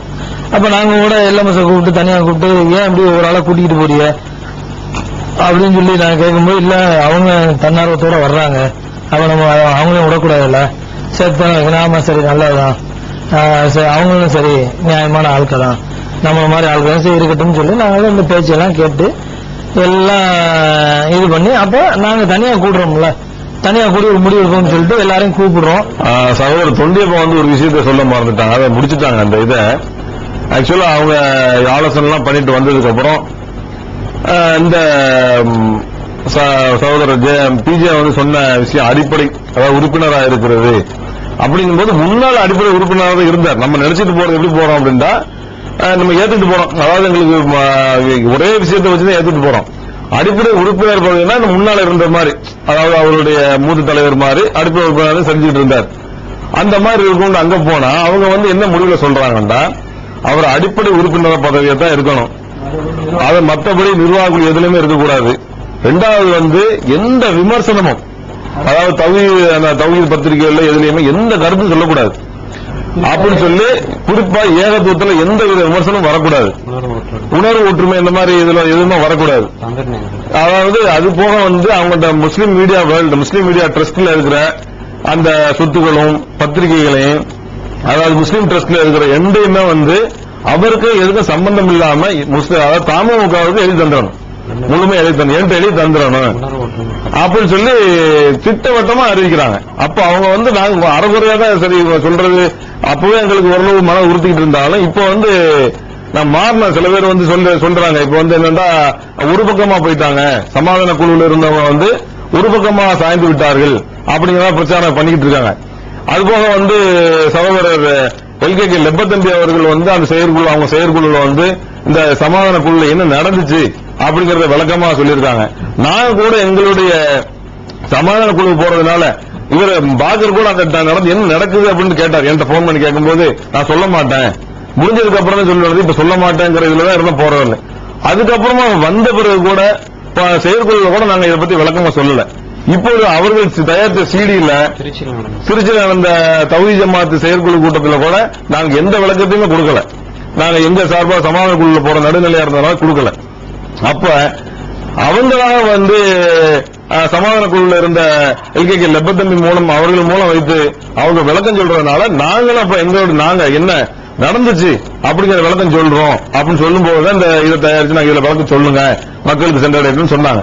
அப்ப நாங்க எந்த முடிவுக்கு வந்தோம்னா, அதாவது ஒன்றுமே இல்லாம எந்தவித, அதாவது நான் இவட்ட தொண்டைப்பட சொல்லும்போது சொன்னேன், அதாவது அடித்து செத்து போன பாம்பு கொண்டு போடுற மாதிரி, அதாவது ஆமா சகோதரர் பிஜே செத்த பாம்பு கொண்டு போய் அங்க போய் தாம்பு கொண்டு போடுங்க அப்படின்னு சொல்றாங்களோ அவங்க அப்படின்னு நான் கேட்டு வந்தேன்.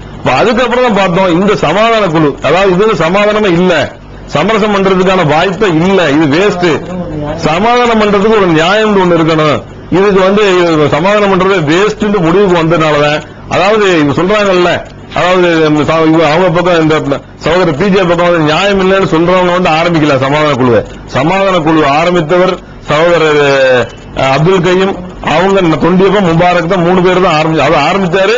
3 பேரும் தான் எல்லாத்தையும் கூட்டணும், சந்திக்கிறது போறது எல்லாமே செஞ்சமே தவிர, நான் முழு முயற்சியா ஃபர்ஸ்ட் நாங்க சந்திச்சு போகும்போது ஃபர்ஸ்ட், அதாவது அண்ணனை சந்திச்சு கேட்டு நாங்க போகும்போது எப்படியாவது சேர்த்து விட்டுறணும் அப்படிங்கிற ஒரே நபத்துல போய் அங்க போய் அந்த நிகழ்வுகள் எல்லாம் பார்க்கும்போது, அதாவது எதர்ச்சியாக நடக்கவில்லை, அந்த விஷயங்களை எதர்ச்சியா நடக்கல. அதாவது திட்டம் போட்டு இவர் இருந்தா சகோதரர் பிஜே தமுக இருக்கும் வரையில் எந்தவித அட்ஜஸ்ட்மெண்ட் செய்ய முடியாது. அதாவது தஞ்சாவூர் பேரணிக்கு முன்பாக ஒரு செயற்குழு தஞ்சாவூர்ல நடக்குது. அப்ப அங்க போயிருக்கும் போது எல்லாரும் தேர்தலில் நம்மளோட நிலைப்பாடை சொல்லணும் அப்படின்னு ஒரு கருத்தை முன் வச்சு அதை எல்லாம் ஆதரிச்சாங்க. ஆதரிக்கும் போது எல்லா நிர்வாகிகளும், தலைமை நிர்வாகிகள் எல்லாருமே களப்பணி செய்யணும் போது சகோதரர் பி ஜெயலலிதா அவர்கள் மட்டும் என்ன செஞ்சாங்க, களப்பணி எப்படி செய்யறது, அவர்களோட காசு வாங்கி, அவர் வேட்பாளர்களோட காசு வாங்கி அதுல செய்யறதா, அப்படி செய்யக்கூடாது, அவர்கள் போட்டு தரும் மேடையில பேசுவோம் அப்படின்னு சொல்லிட்டு முடிக்கும் போது பின்னால் நான் வர்ற சில மாவட்ட தலைவர்கள், எனக்கு நெருக்கமான மாவட்ட தலைவர்கள் அப்ஜெக்ஷன் பண்றாங்க. எனக்கு கிறுக்குத்தனமா இருக்குது, நாங்க பெரிய பட்ஜெட் எல்லாம் போட்டு வச்சிருக்கிறோம், பெரிய இதெல்லாம் பண்ணணும் அப்படின்னு சொல்லி பட்ஜெட் போட்டுக்கிறோம், இவர் காசு வாங்கக்கூடாதுங்கிறாரு, இதான் தேவையா அப்படின்னு எனக்கு கூட நியாயமோ இது அப்படின்னு யோசிக்கும் போது அவர் தெளிவா விளக்கம் சொன்னாரு. ஒவ்வொரு தடவை வாங்கும் போது யாராவது தவறு செய்யும் போது அவர்களை நீக்க வேண்டியது இருக்குது, அதனால இந்த மாதிரி விஷயங்கள் போகக்கூடாது. தடை போடுறது மாவட்ட தலைவர்கள் ரீதியிலேயே, அதாவது காசு வாங்கக்கூடாதுங்கிற பிரச்சனையில அவங்களை பிளெக்சிபிளா போக முடியல இந்த எலெக்ஷன்ல. அதாவது இன்னொரு பாயிண்ட் விட்டுட்டேன், சகோதரர் ஜவஹர்லால் அவர்கள் தெளிவா முன்னாடி சொன்னாங்க. இந்த எலெக்ஷனை பத்தி பேசும்போது நான் ஒரு இதை சொன்னேன், நீங்க இதுல குமுதம் ரிப்போர்ட்டர்ல சமாதான குழு கூட்டத்துல குமுதம் ரிப்போர்ட்டர் நீங்க எலெக்ஷன்ல நிக்காது என்று சொல்ல முடியாதுன்னு சொன்னீங்கல்ல, அப்படி சொல்லும் போது அவருக்கு ஆதரவு என்ன சொன்னார்னா, என்னுடைய கருத்து எலெக்ஷன் நிற்பதுதான், நிக்கிறதுதான் என்னோட கொள்கை கருத்து அப்படின்னு சொன்னாரு. அப்ப என்ன நாங்க விளங்கிட்டோம் அப்படின்னா, சகோதரர் பிஜே அதுல இருக்கிறதுனாலதான் இந்த எலெக்ஷன்ல கூட நிக்கலையோ இல்ல நின்றுப்பாங்களோ அப்படிங்கிற மாதிரி எங்களுக்கு எண்ணம் தோண வச்சுச்சு. அது அதனாலதான் நாங்க சமாதான குழுல பேசுறது வேஸ்ட், சமாதான குழு நியாயமா இல்ல, அதாவது அநியாயத்தின் பால் இருக்குது, அவங்க சொல்றது எல்லாம் இவர் அடிபட்டு கீழே போகணும் அப்படின்னு சொல்லும் போது நம்ம அதை ஏத்துக்கிற மாதிரி இல்லைங்கிற காரணத்தினாலதான் நியாயம் எந்த பக்கம் இருக்குதோ அந்த பக்கம் இருப்போம் அப்படின்னு சொல்லி நாங்க ஒரு முடிவு எடுத்தோம். அதாவது நாங்க ஒருதலை பட்சமாக பிஜே அபிமானிகள் முடிவு எடுத்துட்டாங்கன்னு பிரச்சாரம் பண்றாங்க. நாங்க ஒருதலை பட்சமா முடிவு எடுத்தோமா இல்லையாங்கிறத நாங்க இப்ப சொன்னதை வச்சு உங்களுக்கு நீங்களே ஒரு நியாயமான ஒரு இதை நீங்க எடுத்துடலாம். ஆனா நாங்க தமுமுகவில் ஆரம்ப காலங்கள்ல இருந்து இந்த அடிப்படை உறுப்பினர் பதவியா இருந்து அந்த தமுமுக எப்படி கஷ்ட காலத்தில் இருக்கும் பொழுதெல்லாம் நாங்க உதவியாக இருந்து அதற்காக நாங்க பாடுபட்டு நாங்க எந்த அளவுக்கு உழைத்தோம் என்பதை நான் சொன்னா நல்லா இருக்காது. ஏன்னா நான் என்னை பற்றியே நான் பெருமை அடிச்சுக்கிட்டு எங்களை பத்தி நாங்க பெருமை அடிக்கிற மாதிரி போயிடும். அது ஊரறிஞ்ச உண்மை. எல்லாருக்குமே எங்களை பத்தி நன்றாகவே தெரியும். எந்த அளவுக்கு முபாரக் அவர்களை பத்தி நம்ம சொல்றதா இருந்தா அவர் கஷ்டமான காலங்கள்ல மதுரை ஜெயிலுக்கும் போயிருக்காரு, வேலூர் ஜெயிலுக்கும் போயிருக்காரு. இது மாதிரி நாங்க ஆரம்ப காலத்துல பாத்தீங்கன்னா முத ராமநாதபுரத்துல தமுமுகவே இல்லாத நேரத்துல இருந்த ஒரு சிலரும் விடியல் வெளி பக்கம் திரும்பி போய் அங்க எதுவுமே இல்லை என்று இருக்கிற நேரத்துல ராமநாதபுரத்துல ராஜா ஹுசைனை எதிர்த்துக்கொண்டு நானும் முபாரக்கா அங்க மீட்டிங் போட்டு தமுமுக வழக்க பாடுபட்டு என்ன வெட்டுவேன், எங்க 2 பேரையும் வெட்டுவேன் குத்துவேன் ராஜா ஹுசைன் சொல்லும் பொழுதும் அதையும் எதிர்த்து நின்றாங்க மீட்டிங் போட்டு. அப்பொழுதுதான் சலீம் அவர்கள், இன்றைய ராமநாதபுரம் மாவட்ட தலைவர் சலீம் அவர்கள், நான் சவுதியில இருந்தேன், அண்ணன்ற பேச்சை கேட்டேன், அண்ணன் சத்தியத்தை சொல்லுகிறார் என்று எங்க தமுமுகவில் நாங்க தான் அவரை வலுக்கட்டாயமாக செயலாளராக அவரை தேர்ந்தெடுத்து அவரை ராமநாதபுரத்தில் வேலை செய்வதற்கு நாங்க வலுக்கட்டாயமா அவரை உருவாக்கி விட்டோம். இது மாதிரி எத்தனையோ நிகழ்வுகளை நாங்க சொல்லிக்கிட்டே போகலாம். ஆரம்ப காலங்கள்ல இருந்து எங்களுடைய உழைப்புகளை பத்தி நாங்களே என்ன சொன்ன மாதிரி திரும்ப திரும்ப சொல்லக்கூடாது. ஏன்னா இப்ப நாங்க என்னமோ ஒருதலை பட்சமா போயிட்டாங்கிறாங்க. இருக்கக்கூடிய நடுநிலை சமாதான கமிட்டிகள்லயே 6 பேர் மொத்தம் நாங்க இந்த இதுதான் நியாயம் சொல்லிட்டு நாங்க இது பக்கம் வந்திருக்கிறோம். 6 பேர் யாருண்டா, நான் ஒண்ணு, முபாரக் முன்னாள் மாவட்ட தலைவராக இருந்தாரு, ராமநாதபுரம் மாவட்ட தலைவரா. இப்ப மாணவர் வணிகர் அணி துணை செயலாளராக இருக்காரு. நானும் வணிகர் அணி துணை செயலாளராக மாநில லெவல்ல இருக்கிறேன். அது போக அப்துல் கையூம், அப்துல் கையூமை பத்தி சொல்றதா இருந்தா நான் அப்துல் கையூம் முபாரக் வெள்ளிக்கிழமை கண்டிப்பா தமுமுக ஆபீஸுக்கு போவோம். இத்தனை காலங்கள்ல நாங்க போனதுல நாங்க அதிகமாக யாரை சந்திச்சிருக்கிறோம்டா ஒரு 70% ஹைதராபாத்தை சந்திச்சிருக்கிறோம். இன்னொரு ஜவஹர்லால் சாஹிபை சந்திச்சிருக்கோம். பிஜே இல்லைன்னா பாக்கர் போன்றவர்கள் ஒரு 20% சந்திச்சிருப்போம். அவ்வளவுதான். அது கூட ரொம்ப ரேர். நாங்க சந்திச்சு பேசினதை கணக்கு போட்டு பார்த்தா இவர்கள் 20 தான் நாங்க அதிகமாக பேசியிருக்கிறோம். இவர்கள் 20 வைத்துதான் தமுமுக செய்திகள் அனைத்தும் நாங்க தெரிந்து மக்களுக்கு பரப்பி இருக்கிறோம். அது எவ்வளவு விஷயங்கள் இருக்குது. அது மாதிரி எங்களை பத்தி, ஏன்னா நாங்க ஒருதலை பட்சம் சொன்னதுனால இதை நான் தெளிவா சொல்லணுமா இருக்குது. நான் ஒருதலை பட்சமாக இருக்கிறது என்றால் தமுமுகவின் பக்கமா தான் நான் போயிருக்கணும். ஏன்னா எனக்கு ஜவஹர்லால் சாஹிப் ஆரம்ப காலத்திலே என்னுடைய தலைவர் அவரு. நான் ஸ்டூடெண்ட் இஸ்லாமிக் மூவ்மெண்ட் ஆஃப் இந்தியாவில் இருக்கும்போது அவர் என்னுடைய தலைவராக இருந்தாரு. அதை வச்சுதான் நான் அவரை எனக்கு அந்த காலங்கள்ல இருந்து தெரியும். அவரோட அதிகமான பழக்கம் உள்ளவன் தான். அது மாதிரி ஹைதர் சாஹிப் மீது நல்ல பாசம் பற்றும் உள்ளவன் தான் நான். அதனால நான் மாறி இருக்க வேண்டும் என்றால் தமுமுகவின் பக்கம் தான் நாங்க மூவரும் மாறி இருக்கணும். என்னை விட அப்துல் கையூம் அவர்களை சொல்ல போவது என்றால் அவர் பிஜேயோட ஒரு 4 தடவை பேசியிருப்பாருன்னு நினைக்கிறேன். திரும்ப சொன்னா எந்த பீஸ், அதாவது சொல்றாங்க கல்யாண வீட்டுல கூட்டிகிட்டு போன மாதிரி இருக்குது, இந்த கல்யாண நேரத்துல எல்லாரும் அழைச்சிக்கிட்டு போனா எப்படி இருக்கு அந்த பீஸ்ல உள்ளவங்க எல்லாம் வருத்தப்பட்டாங்கண்டா. கொள்கை என்று வந்துவிட்டால் எந்த இடமா இருந்தாலும் அதை விட்டு வருவதான ஒரு கொள்கைவாதியுடைய ஒரு சாதாரண நிலையா இருக்கும். அதை விட்டுட்டு நான் கொள்கையெல்லாம் விட்டு எல்லா வேலையும் முடிந்த பிறகு என்னுடைய கொள்கையை திரும்ப பேசுறேன்னு யாராவது பேச முடியுமா? அது ஒரு சரியான நிலைப்பாடே இல்லை சொல்றது. திருப்பி சொன்னா அப்துல் கையூம் பீஸ் உடைய எக்ஸிபிஷன், பீஸ் எக்ஸிபிஷன் நடந்ததுல உயர்மட்ட குழுவில் ஒரு உறுப்பினராக இருந்தாரு. அவரும் முக்கிய பொறுப்பாற்றினாரு. சரி, நாங்களும் தான் அந்த பீஸுக்கு போனோம். நாங்கெல்லாம் ஆரம்ப காலத்துல மீட்டிங் போகும்போது நானும் முபாரக் இல்ல வேலை போல நம்ம கூடிக்கிட்டே போகுது. நம்ம இது தமுக வேலையும் செய்யணுமா இருக்கு, கீழக்கரையிலையும் போய் பார்க்கணுமா இருக்கு, இதையும் பார்க்கணுமா இருக்கு, எல்லாத்தையும் போட்டு இழுத்துட்டு இருக்க முடியாதுன்னு சொல்லி நானும் முபாரக்கு வந்து முட்டுக்கட்டையே போட்டேன். வேண்டாங்க, எல்லாத்தையும் போய் மூக்கு நுழைச்சிட்டு இருக்க வேண்டாம் அப்படின்னு அப்துல் கலாம் கூட பேசினாரு. ஏங்க வந்தா வேணாங்க நம்ம இதை இது பண்ண முடியும் கொள்ள முடியும் எல்லாம் சொன்னார் அவரு.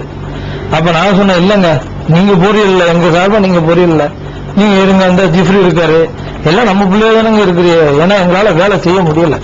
அந்த வேலையை சொல்லுவாங்க, இதை சொல்லுவாங்க, நாங்க இல்ல இல்ல இல்ல அப்படின்னு சொல்லி போயிட்டு இருக்க முடியாது. நீங்க பாருங்க, நாங்க ஆரம்பத்திலே போறத நாங்க தான் வாலண்டியராக நிறுத்திக்கிட்டோம். மற்றபடி எல்லா வேலைகளையும் வந்து அப்துல் கலாம் முக்கியமான ஒருவர், எல்லா வேலைகளையும் முன்னிருந்து செஞ்சாரு. அவர் வந்து பீஸ் எக்ஸிபிஷனாலதான் இவ்வளவு பாதிப்பு என்று அவர்கள் சொல்வதை பார்த்தா அப்துல் கலாமும் வந்து தமுக பக்கம் தான் இருந்திருக்கணும். ஆனா அவர் மாறாக ஏன் இந்த பக்கம் வந்தாரு? நீங்க சொன்ன பேச்சுகள்ல உண்மை இல்ல, நியாயம் இல்ல, நீங்க வந்து திட்டமே போட்டு செயல்பட்டு இருக்கிறீர்கள் என்பது வந்து உங்களுடைய பேச்சுகளிலிருந்து உள்ளகை நெல்லிக்கனியா தெல்ல தெளிவா தெரியும் போது எப்படி ஒரு சாதாரண மனிதன் கூட அந்த பக்கம் இருக்கிறதுல ஒரு நியாயம் இல்லைன்றதா பீஸ் எக்ஸிபிஷன்ல இருந்தவர் கூட இப்ப வந்து பிஜேயின் பக்கம் தான் நியாயம் இருக்கிறது என்று தெளிவாக சொல்லி இந்த பக்கம் வந்திருக்காரு. அது போல நீங்க இன்னும் சொல்றதா இருந்தா ஜமீல் முகமது ஆரம்பத்துல வந்து இந்த பிரச்சனை ஆரம்பிக்கும் போது ஜவாஹர்லால் சாப்பிட்ட வந்து அவர் போன் போட்டு பேசுறாரு. போன் போட்டு பேசும்போது ஜவாஹர்லால் சாப் சொல்றாரு, இந்த மாதிரி என்ன பாக்கர் விமர்சிக்கிறாரு, ஜெனிவாக்கு முன் ஜெனிவாக்கு பின்னு விமர்சிக்கிறாரு. ஏன் ஜமீல் முகமது நேரா வந்து நான் உன்னிட்ட தானே வந்தேன் துபாய்க்கு, நீ தானே மீட்டிங் எல்லாம் அரேஞ்ச் பண்ணா, என்னுடைய பேச்சில் எந்தவித மாற்றமும் இருந்துச்சா பாரு, என்ன இப்பெல்லாம் வந்து அவங்க சொல்றாங்க அப்படின்னு சொல்லும் போது உடனே ஜமீல் முகமது என்னிட்ட சொல்றாரு, காக்கா எனக்கு பார்க்க பிஜே தலைவர் இவரு ஜவாஹர்லால் தலைவர் மேல எந்த குற்றமும் இருக்க மாதிரி தெரியல, ஏதோ இவங்க போட்டு இது பண்ணிட்டாங்க, இவங்க மேலதான் மிஸ்டேக் இருக்குது.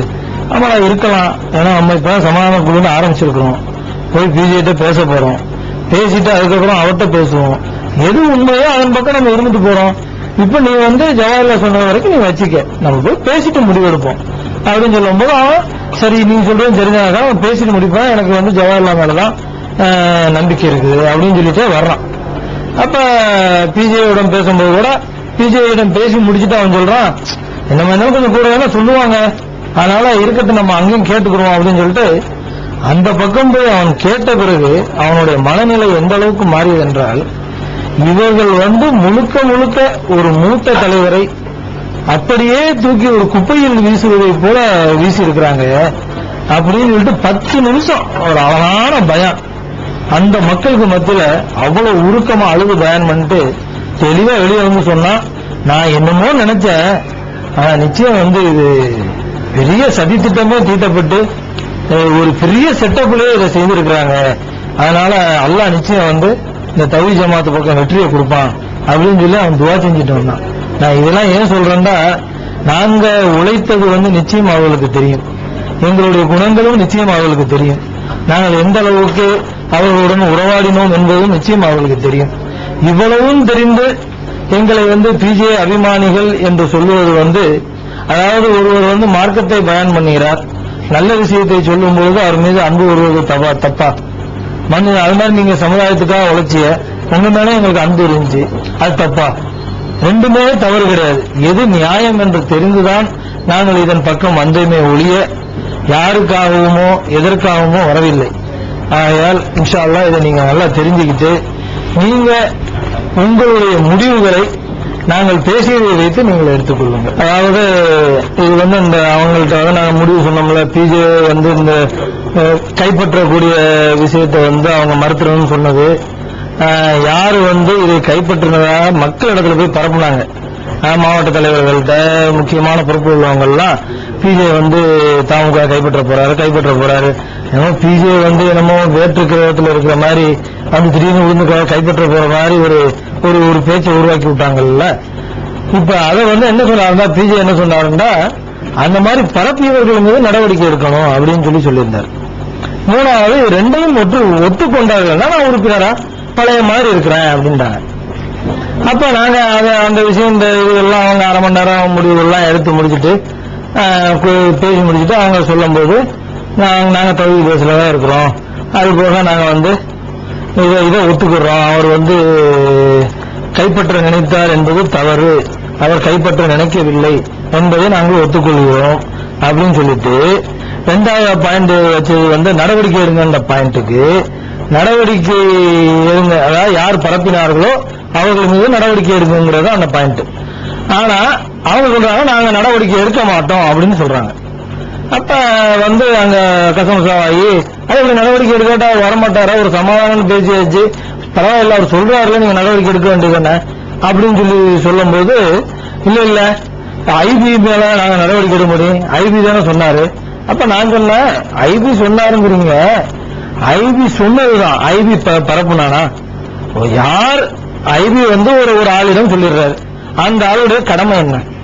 நேரா போய் மாநில தலைமையில போய் சொல்லணும், இந்த மாதிரி செய்தி வந்திருக்குது, இப்படி அதாவது கைப்பற்ற போறான்னு வருது, உண்மையா பொய்யா நீங்க ஏன் விசாரிக்கல அப்படின்னு வந்து என்ன பண்ணிருக்கேன்னு போய் அங்க போய் அந்த விஷயத்தை சொல்லியிருக்கணும்.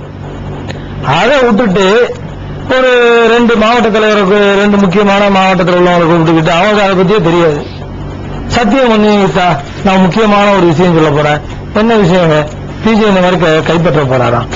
நான் கேட்கிறேன் அதாவது அப்ப இந்த மாதிரி எல்லாம் ஒவ்வொரு ஆள்கிட்டையும் போய் சொல்றது, ஒவ்வொரு மாவட்ட தலைவர்கள்கிட்டையும் போய் இந்த விஷயம் போய் சேர்ந்திருக்கு. அப்ப இதை வந்து யாரோ பரப்புனதுனாலதான் இது போய் சேர முடியும், பரப்புனது நடவடிக்கை எடுங்க அப்படின்னு சொன்னா இல்ல நீங்களும் எல்லாம் அந்த சமான குழுல இருக்கிறீங்கல்ல, நீங்களும் ஒரு கமிட்டி மாதிரி போட்டு அதை வந்து நீங்க வந்து விசாரிச்சு நீங்க யாரை சொல்லுவீர்களோ அவங்க மீது நடவடிக்கை எடுக்கிறோம் அப்படின்றாங்க. சொல்றது வந்து பார்க்க கொஞ்சம் நியாயமா தான் தெரிஞ்சிச்சு. அப்புறமா நான் பெர்சனலா யோசிச்சு பார்த்தேன், நம்ம என்ன நீதிபதியா விசாரணை கமிஷனா வச்சுக்கிறோம், பிஜே வாங்க 5ஆம் தேதி நீங்க என்ன செஞ்சிய, இங்க வாங்க நீங்க என்ன செஞ்சிய கேட்கறதுக்கு நம்மள்ட்ட என்ன சட்டமா கையில இருக்குது? விசாரணை கமிஷனா வச்சு நடத்தி யாரு கரெக்ட் யாரு தப்புன்னு முடிவு எடுக்க முடியும்? அவர்கள் தான் தலைவர்கள். அவங்க 2 பேரும் சமாதானத்துக்கு வந்த பிறகு அவங்க தான் அந்த இதை வந்து யார் பரப்பலான்னு உண்மையான ஆளு நிச்சயம் அவங்களுக்கு தெரியும், தெரியாம இருக்காது, தெரிஞ்சவங்களை கூப்பிட்டு விசாரிச்சு அவங்க தான் வந்து அந்த இதை பரப்புறது நடவடிக்கை எடுக்கணுமே தவிர யாரோ நான் எங்களை கூப்பிட்டு வச்சு நாங்க வந்து கரெக்டா போய் ஒவ்வொரு ஆளையும் விசாரிச்சிருக்க முடியுமா? அது ஏன்னா இது அந்த பழைய ஆரம்பத்திலேருந்து உள்ள விஷயம் இது. ஒவ்வொருத்தரையும் கூப்பிட்டு விசாரிக்க முடியுங்கிறது சாத்தியமான ஒரு விஷயம் இல்லை. அது அந்த நேரத்தில் இல்ல சரி பரவாயில்ல ஒத்துக்கிறோம் அப்படின்னு சொல்லி சரின்னு சொல்லி அதையும் ஒத்துக்கிட்டோம். நாங்க ஒத்துக்கிட்டு சரி உங்களுடைய கோரிக்கை இது ஒத்துக்க இல்லாம எங்கள்கிட்ட கோரிக்கை இருக்குது, சரி சொல்லுங்க உங்க கோரிக்கை என்ன? அவங்க என்ன கோரிக்கை சொல்றாங்கன்னா, அதாவது மீடியா ட்ரஸ்ட்ல உள்ள முஸ்லீம் ட்ரஸ்ட்ல உள்ள சொத்துக்கள் தமுமுக டிஎம்எம்கே ட்ரஸ்டுக்கு மாற்றப்படணும். மீடியா ட்ரஸ்ட்ல உள்ள முஸ்லீம் மீடியா ட்ரஸ்ட்ல உள்ள ஒற்றுமை உணர்வு தமுமுக ட்ரஸ்டுக்கு மாற்றப்படணும் சொல்றாங்க. அப்ப அங்கனுக்குள்ளே வந்து எல்எம்எஸ் போன்றவர்கள்லாம் வந்து மறுப்பு தெரிவிக்கிறாங்க. அது எப்படி மீடியா ட்ரஸ்டும் முஸ்லீம் மீடியா ட்ரஸ்டும் முஸ்லீம் ட்ரஸ்டும் அதற்கென்று ட்ரஸ்டிகள் இருக்கிறார்கள், அவர்கள் தான் முடிவெடுக்க முடியும். போகும்போது அங்க கூட வந்து எல்லா விஷயத்தையும் சொல்லும் போது நான் சொன்னா நான் நடுநிலைமையாக நாங்க இருக்கிறோம், அதனால சரி வராது, இந்த பக்கம் நியாயம் இருக்கிறது என்பதற்காக நான் தமுமுகவை விட்டு விலகிக் கொள்கிறேன் என்று உறுதிமொழியும் கொடுத்தேன். நான் அங்க போய் எப்படி விலக முடியும்? ஒரு இயக்கத்துல இருந்து இன்னொரு இயக்கத்துல போய் விலக முடியும்? உறுதிமொழி கொடுத்தேன், அவ்வளவுதான். இன்ஷா அல்லாஹ் அதை விட்டு நான் விலகிறதுக்கு லெட்டர் போடுவேன், அதையும் போட்டுருவேன். இது வந்து ஏன் நான் இப்ப இந்த தன்னிலை எங்களுடைய விளக்கங்களை நாங்க கொடுக்க வேண்டியது இருக்குன்றா, செயற்குழு கூட்டத்தில் தமுமுகவுடைய செயற்குழு கூட்டத்தில் அவர்கள் வந்து இந்த பக்கம் நியாயம் இருக்குதுன்னு மட்டும் சொல்லியிருந்தாங்கண்டா அது வந்து நாங்களும் சொன்ன மாதிரி இருக்குது, என்ன சரியா போயிருன்னு விட்டுருக்கலாம். ஆனா முழு விளக்கமும் கொடுக்கப்பட்டு இதுதான் சரி என்று அவர்கள் சொன்னதினால் நாங்களும் எங்களுடைய கடமையை செய்ய வேண்டிய கட்டாயத்தில் இருப்பதனால இதை வந்து தெளிவா மக்களிடத்தில் எது உண்மையை மட்டும்தான் சொல்லுவோம் என்று அல்லாஹ்விடம் சத்தியமிட்டு கூறுகிறேன். கூற வேண்டும் என்பதற்காகத்தான் நாங்கள் இந்த உண்மையை சொல்லவே வந்தோம். அஸ்ஸலாமு அலைக்கும் வரஹ்மத்துல்லாஹி வபரகாத்துஹு. சமீபத்தில் தமிழ்நாடு முஸ்லிம் முன்னேற்ற கழகத்தின் சார்பில் உண்மையை பேசுவோம் என்ற ஒரு சீடியை வெளியிட்டிருக்கிறாங்க. அதுல பல குற்றச்சாட்டுகளை சொல்றாங்க. அதுல மிக மிக மிக முக்கியமாக வைக்கப்படுகின்ற குற்றச்சாட்டு என்னன்னு கேட்டா, மேலப்பாளையத்தில் நடந்த நிகழ்ச்சிகளை மையமாக வச்சு சொல்றாங்க. அந்த மேலப்பாளையத்தை பற்றி ஜவாஹிருல்லா அவர்கள் சொல்லக்கூடிய குற்றச்சாட்டுகள்ல பெரும்பான்மையானவைகள் பொய்.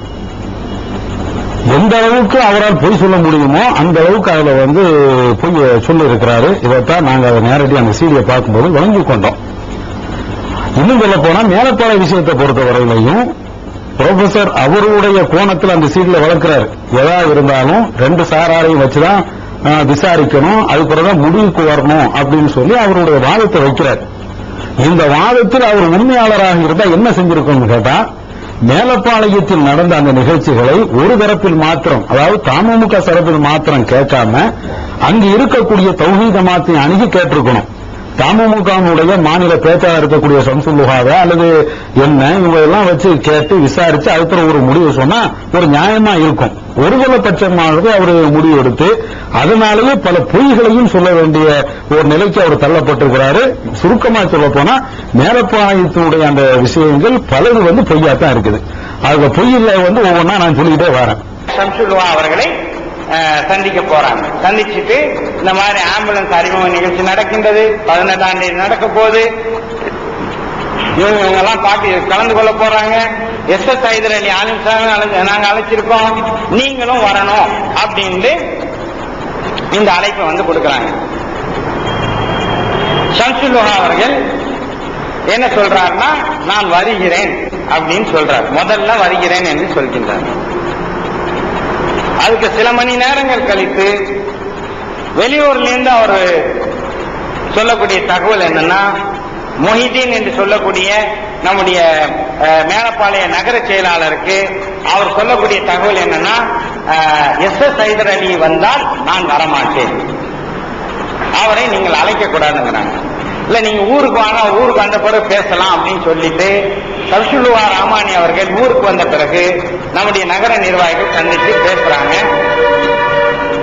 அப்படி பேசும்போது மீண்டும் ஷம்சுல்லுஹா சொல்றாங்க, எஸ்.எஸ். ஹைதர் அலி வரக்கூடாது, அவர் எஸ்.எஸ். ஹைதர் அலிங்கிறவர் அந்த ஆலிம் சார், அவர் வந்தால் நான் வரமாட்டேன் அப்படின்னு சொல்லும் போது நம்முடைய சகோதரர்கள் ஷம்சுல்லுஹா ரஹ்மானி அவர்களிடம் சில கேள்விகளை கேட்கிறாங்க. ஏன் வரக்கூடாது அப்படிங்கிறாங்க.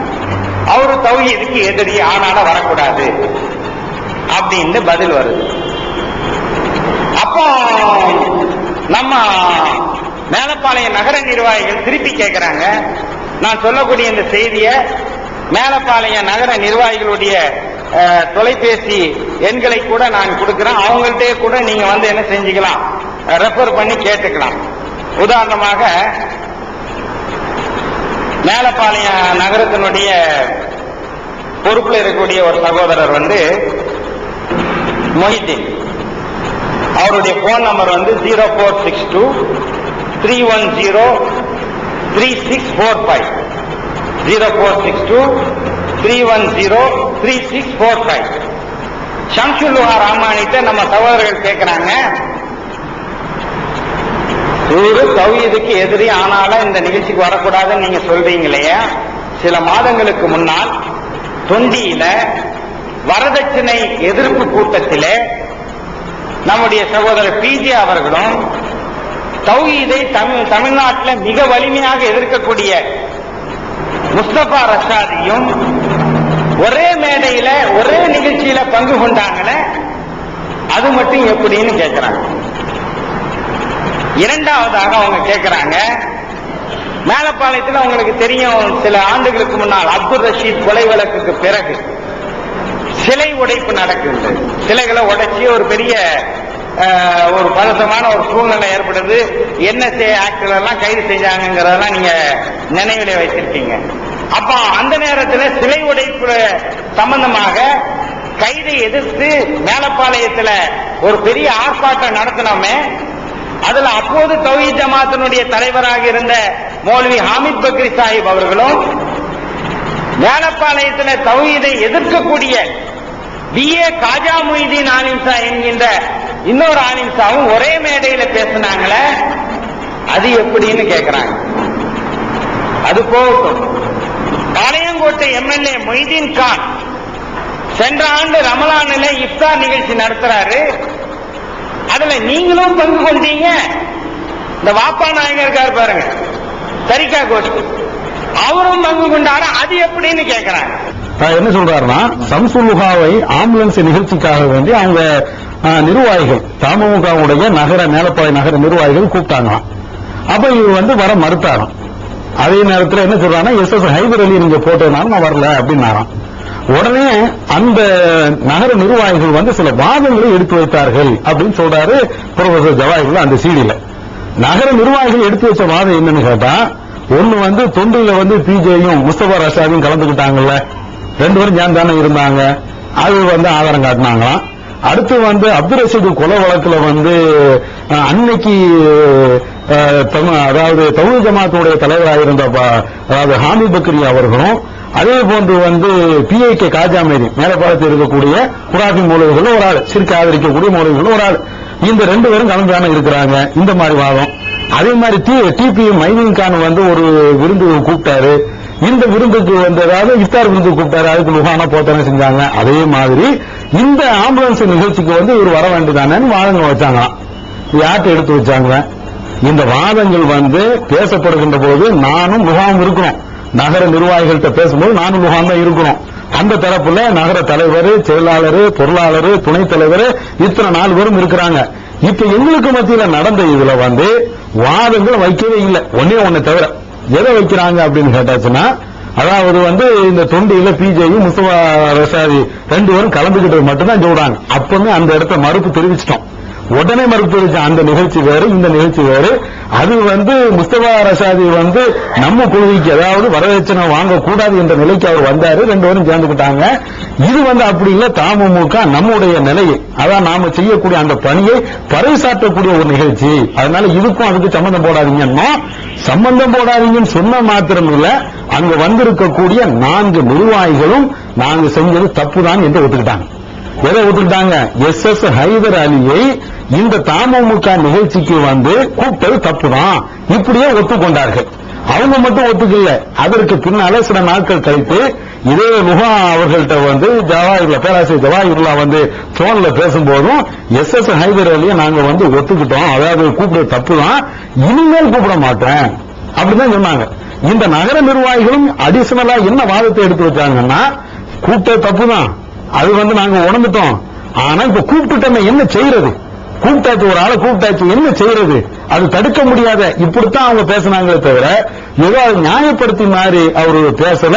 இது நடந்த நிகழ்ச்சி இதுதான், நாங்க அது எங்கனால சாட்சி சொல்ல முடியும். இதையும் அவர் பொய்யாக சொல்றார்.